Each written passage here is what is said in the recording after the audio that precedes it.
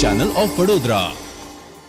દશરથના industrial એસ્ટેટમાં આવેલી એક પ્રાઇવેટ લિમિટેડ કંપનીમાં કામ કરતા કામદારોને ટર્મિનેટ કરવામાં આવતા કામદારોએ વિરોધ દર્શાવ્યો છે। વડોદરા શહેર નજીક આવેલ દશરથ ઇન્ડસ્ટ્રીયલ એસ્ટેટમાં divine process engineering private limited company આવેલી છે।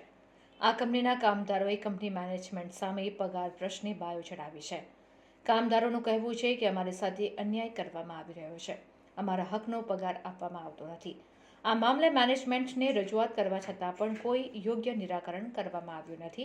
અંતે અમે પોલીસ મથકે પણ રજૂઆત કરવા માટે ગયા હતા, જ્યાં કરાર કરવા પડશે તેમ જણાવી 24મી તારીખે પગાર ચૂકવવા કહ્યું હતું। તેમ છતાં પણ પગાર ચૂકવવામાં આવ્યો નથી અને ખોટી રીતે અમને હેરાન કરવામાં આવી રહ્યા છે, સાથે કામદારોને ટર્મિનેટ કરવામાં આવ્યા છે।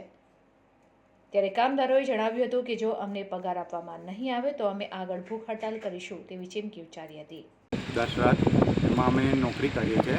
હું ઘણા ટાઈમથી નોકરી કર્યા બાદ બી અગર દર મહિને અમને પગારમાં આવે ને ગોળ ગોળ ફરાવવામાં આવે કે આજે આ તારીખે આ તારીખ, તો બી છતાં બધા મજબૂરીમાં, બધા ગરીબ ઘરથી આવેલા માણસો છે અને મજબૂરીમાં નોકરી કર્યા બાદ બી અમને જ્યારે કહેવા જઈએ પગારનું ત્યારે અમને કહે છે ટર્મિનેટ કરવામાં આવશે। અને એના પછી અમે જ્યારે આ મહિના જાન્યુઆરીનો પગાર અમે માંગવા ગયા તો અમને ડાયરેક્ટ લેટર હેડ પર લખીને આપી દે છે કે તમને લોકોને ટર્મિનેટ કરવામાં આવે છે।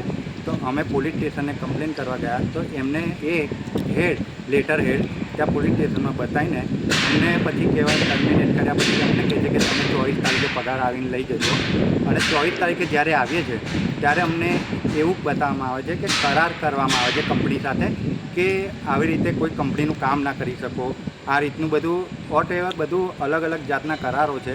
એમાં એ સાઇન કર્યા પછી અમને પહેલાં કહેવામાં આવે છે કે સેલેરી કરી દઈએ, પછી એ સાઇન કર્યા પછી બી અમને સેલેરી પૂરી આપવામાં આવી નથી। ખાલી જાન્યુઆરીની અમારા 4 જણને જાન્યુઆરી સુધીની સેલેરી નાખી આપી છે, જે તકે આજે ફેબ્રુઆરીના આ દિન સુધીને અમને સેલેરી મળેલ નથી।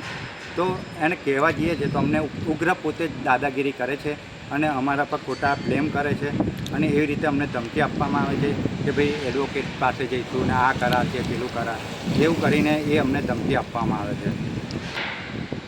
એટલે હવે આ થકી અમને જ્યારે હવે અમારું પગારનું નિરાકરણ નહીં મળે, નહીં આવે વહેલી તકે, તો અમે ઉગ્ર ભૂખ હડતાલ પર હવે આવીને અમારી ફેમિલી સાથે બેસીશું અને આગળ સુધી અમે જઈશું।